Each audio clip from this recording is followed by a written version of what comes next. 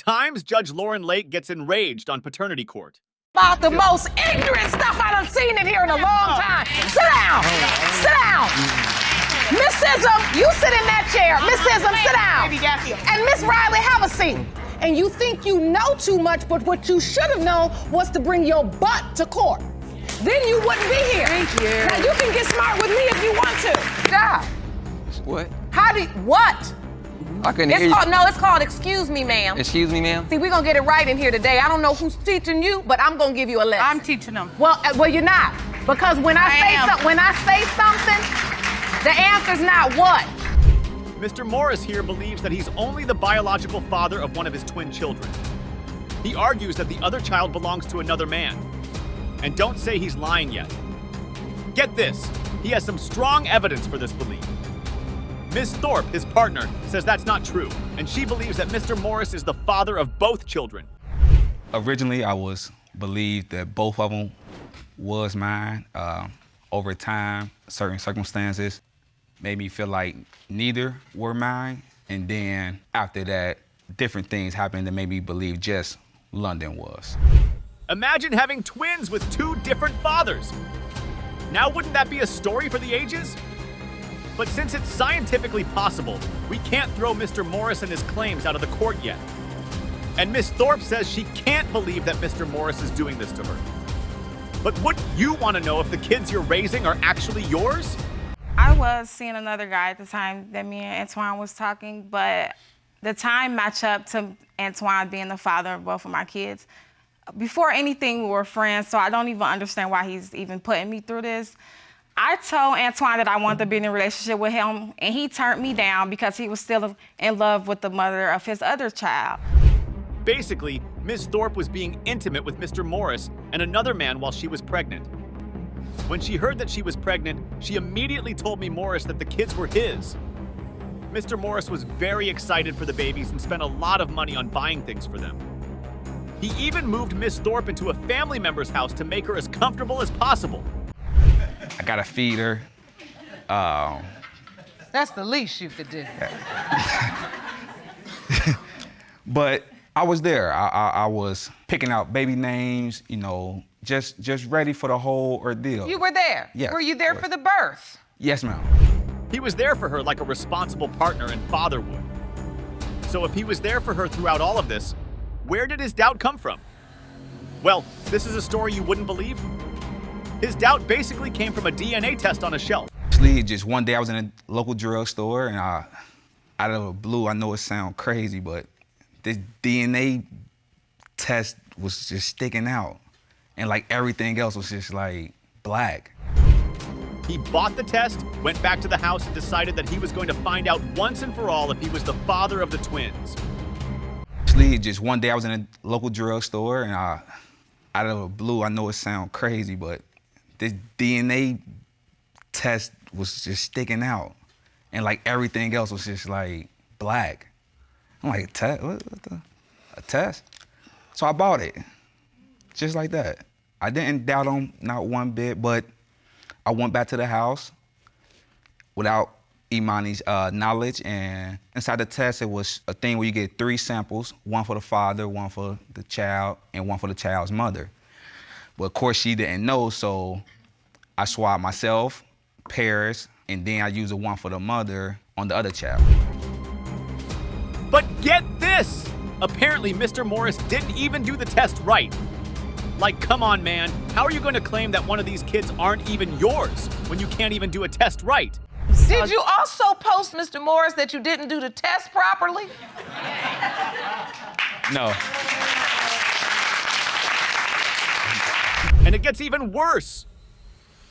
He then takes all of this drama over to social media. I won't spoil this because you won't even believe what Mr. Morris blasts on social media. All right, so now you got it all over social media that these aren't my babies. I've done a DNA test and these aren't my babies, and you lying. That's basically what he's saying. Yes, Your Honor. But does that really make any sense? Putting that sort of information on Facebook is horrible, especially to those kids. They are innocent children who definitely don't deserve that. To put it. At the time, I was more so hurt than... You were being a drama king. Yeah. Yeah. Yeah. Because that's dramatic. Because the truth is, that's not just about you or her, that's about the babies. So this whole thing blows up, you leave and don't come back for almost 18 months. Yes, ma'am. What makes you get back in touch with Miss Thorpe? Mr. Morris gets back in touch with Miss Thorpe when his family members start telling him that the kids are probably his because they look so much like his other daughter. Around. Yes, ma'am. So you had another baby by another woman at the same time. The same reason when I was telling Imani why I couldn't be in a relationship with her, because I was in a long-time relationship with someone else. We was on a break then. But not too much of a break, because you obviously had sex with her. yes, Your Honor. Is that baby yours? Yes. And then you also had twins with Miss Thorpe, same time, maybe, you think. That's the twins, and that's my youngest. Mr. Morris says only one of the twins looks like his youngest daughter, while the other doesn't. And since the DNA test he did for both kids only told him that one didn't belong to him, he now believes that only one does and the other doesn't. No. They're 4. They call me Uncle Twan. Uncle Twan.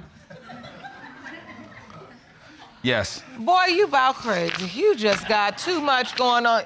You done gone through all this only for the children and now call you Uncle Twan? Well, Uncle Twan wants to know what the truth is. And the truth is that this entire situation is one huge mess. Even Judge Lauren agrees. This is a mess. This is the mess. You know what? It started off messy. The middle was messy. The end is messy. You all should be ashamed. These babies 4 years old sitting up. And isn't that the truth? The kids are calling someone who could be their father, Uncle Twan. They have their pictures all over Facebook saying they are illegitimate. Come on, guys, these are innocent kids. Really? To be 4 years old and have to sit up and ask 2 grown adults, is somebody my daddy? Baby's got more sense than the mama and the daddy. If there's a possibility that Mr. Morris here isn't the father, then who is the father of these kids? Does their mother even know that? Wasn't even around. So wait a minute, who else could be their dad? The other guy that I was talking. So you really don't know if he's the dad or not? I feel like he is. Oh, Lord. A feeling, a feeling, a feeling. We're not talking about feelings. We're talking about facts. That's insane. So she knows that it's possible that he isn't the father, and yet she lied to him through her teeth that she was certain. This really enrages Judge Lauren, and she has no choice but to speak out. You all just been circling around this doubt, circling around this dysfunction, circling around all of this confusion. Trying to raise these babies? What's that little game you play when you're little? What's that one where the music play and you just be running around? Musical chairs. Musical chairs. And she's correct. If the parents have a relationship so dysfunctional and dishonest, how are the kids going to fare in the future? Not very well is my guess. Now let's find out the truth. Is Mr. Morris the father of just one twin, of both twins, or of neither? When it comes to 4-year-old Paris Morris, it has been determined by this court. Mr. Morris, you are not. That's one bombshell, and Mr. Morris was 100% correct in saying that he wasn't Paris's biological father. Now let's find out whether Mr. Morris is the father of the next child. To 4-year-old London Morris, it has been determined by this court. Mr. Morris, you are not the father. Ms. Lopez claims that both of her kids belong to Mr. Carbajal and that he is trying to deny them using a DNA testing scam. She says the DNA test results that he took that proved he wasn't the father of her kids were fake and demands that the court conduct a new test to prove that she is indeed the father of both kids. Mr. Carbajal, on the other hand, says this is a lie and Ms. Lopez just wants him to take care of her kids. His sister is in court with him to prove his case. I heard through a social network She told me, hey, come see me, you know, for the weekend or just one night. So I went to go see her. And that day that I went to go see her, she'd be like, we basically had sex that first night. It was not Boom. that Yes, first night. it was. No, Yes, it no, was it the wasn't. first night. Yes, No. it was. Yes, it was. No, it wasn't. That's incredible. After that first night, they both got into a relationship and started getting intimate regularly. And that obviously leads to a pregnancy. I found out I was pregnant. He did not have anything to say.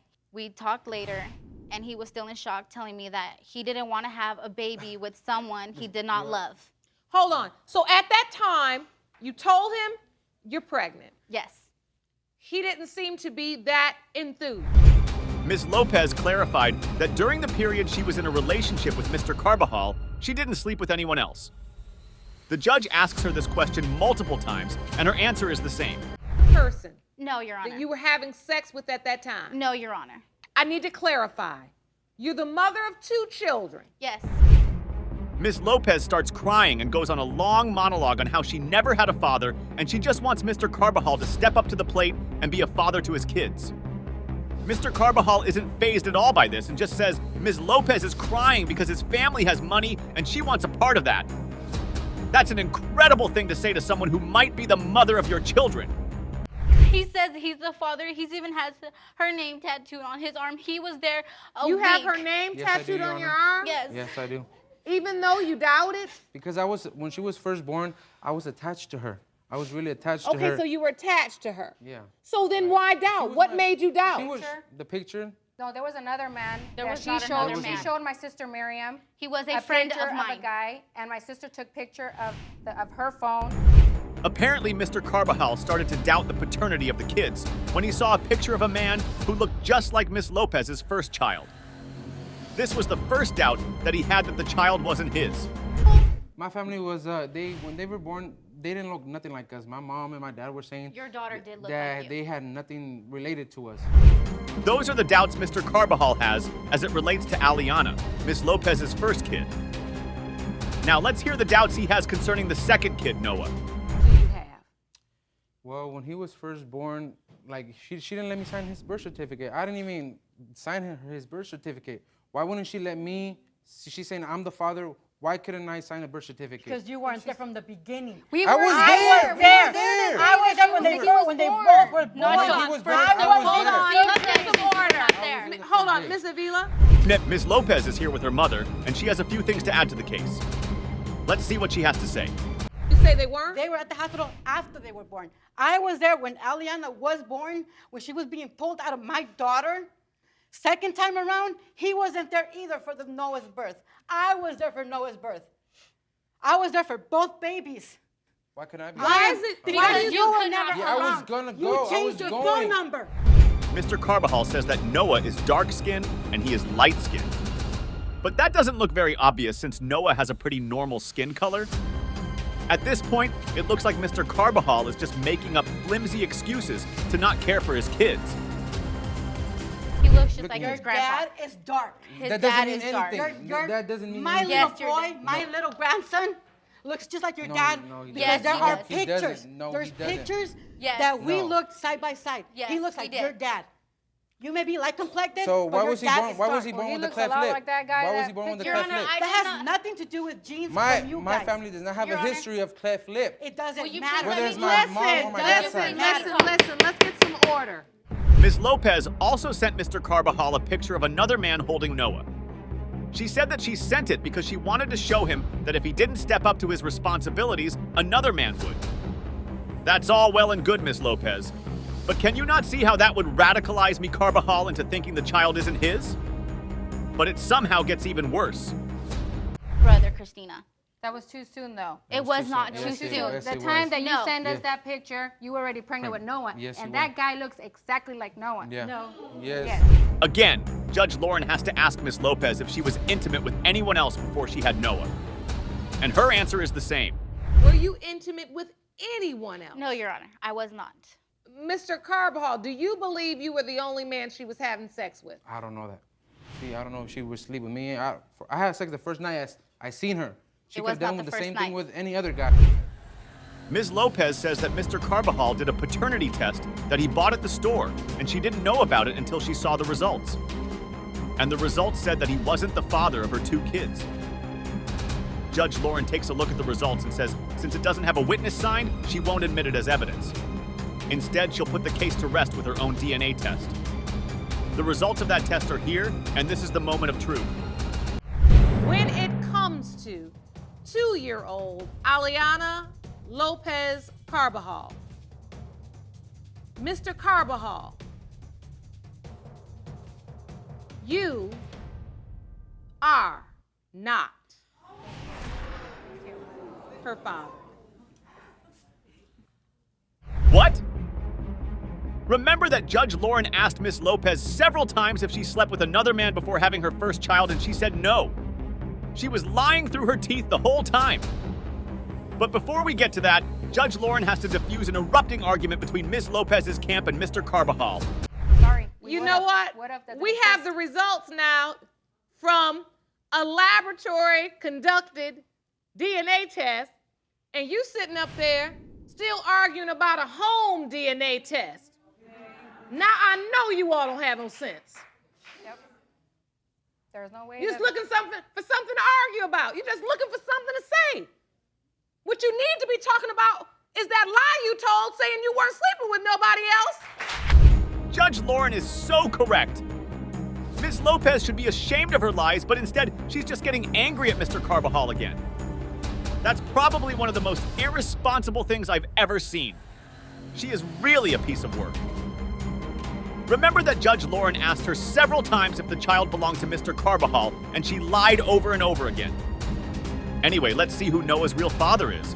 As it pertains to 1-year-old Noah Lopez Carbajal, Mr. Carbajal, you are not Thank you. Noah's father. Thank you, Your Honor.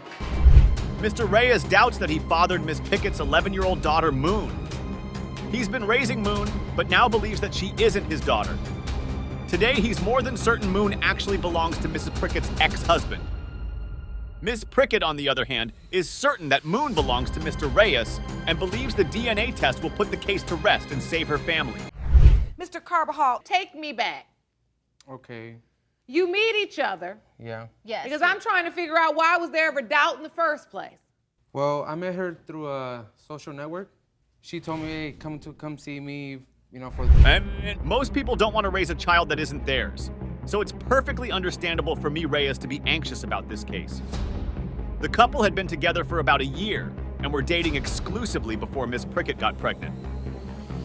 If that's true, then why does Mr. Reyes have any doubt about the paternity of this child? Well, it appears that the couple had some problems even before the birth of Moon. Yes. I accused him of cheating, and I had my insecurities, and we went to couples court, and I got my answers, and from there, you know, our relationship actually... Was he cheating? No, he wasn't. But Mr. Reyes says that his doubt came exactly from Miss Prickett's accusations. He says the fact that she accused him of cheating probably meant that she was cheating too. That's extraordinary logic, and it's difficult to see how that stands any logical test. So anyone who accused anyone of cheating was cheating too? That's impossible. So what are the main reasons why Mr. Reyes would accuse me, Prickett, of cheating at all? One of the things is that I woke up around 4 in the morning, 5 in the morning, somewhere around there, you know, and she wasn't home.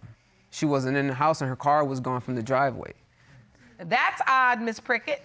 Well, it was actually 6 in the morning, and She got back at 6. what She could have been Joe gone for has hours. to realize is that I do have a child with my ex-husband, and I felt like I needed to resolve issues with him.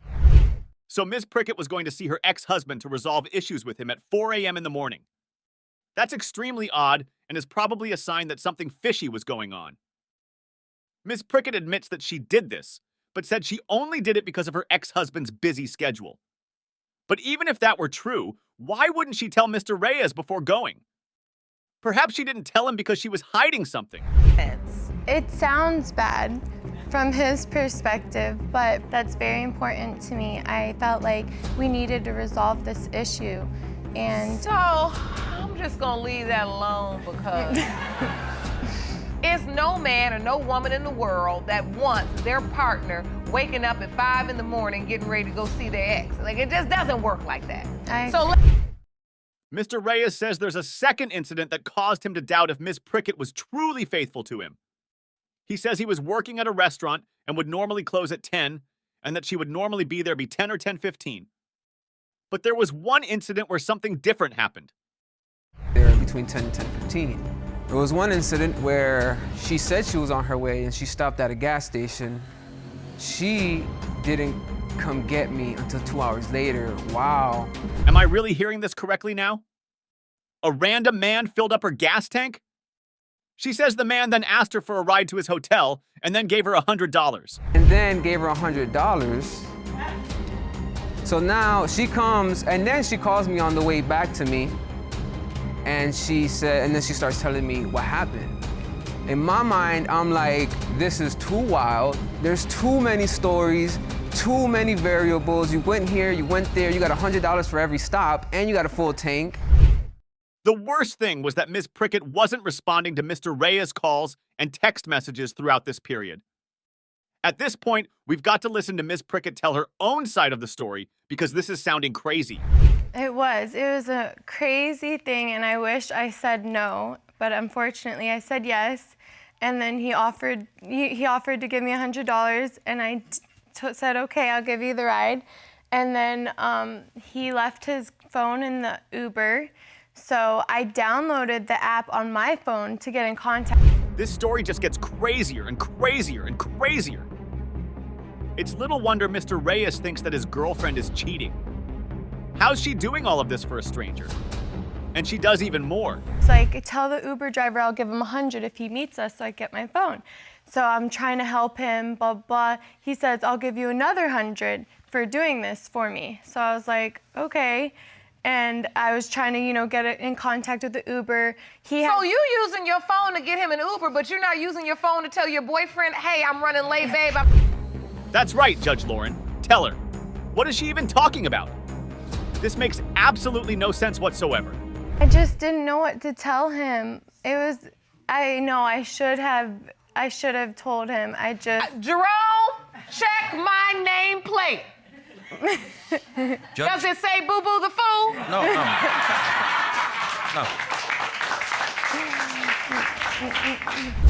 No, it doesn't say Boo Boo the Fool.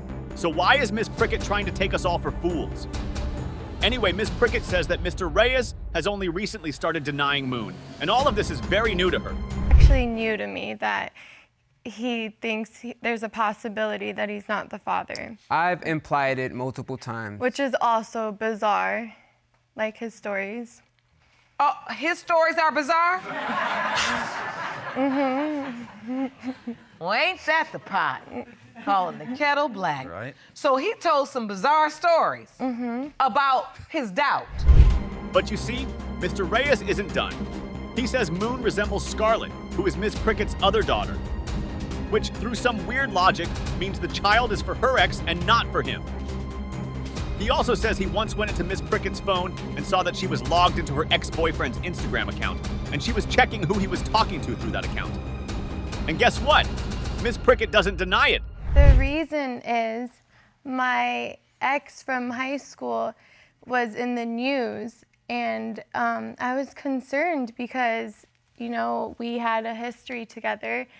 And I shouldn't have done that, but I was honest with. You so concerned about all your exes, but you leaving Mr. Reyes sitting at work for 2 hours. What is going on? Exactly, what's going on? Let's finally get to the bottom of this case and find out who is really the father of Moon. Mr. Reyes or one of Ms. Prickett's many exes? In the case of Reyes versus Prickett, when it comes to 11-month-old Moon Reyes, it has been determined by this court. Mr. Reyes, you are the father.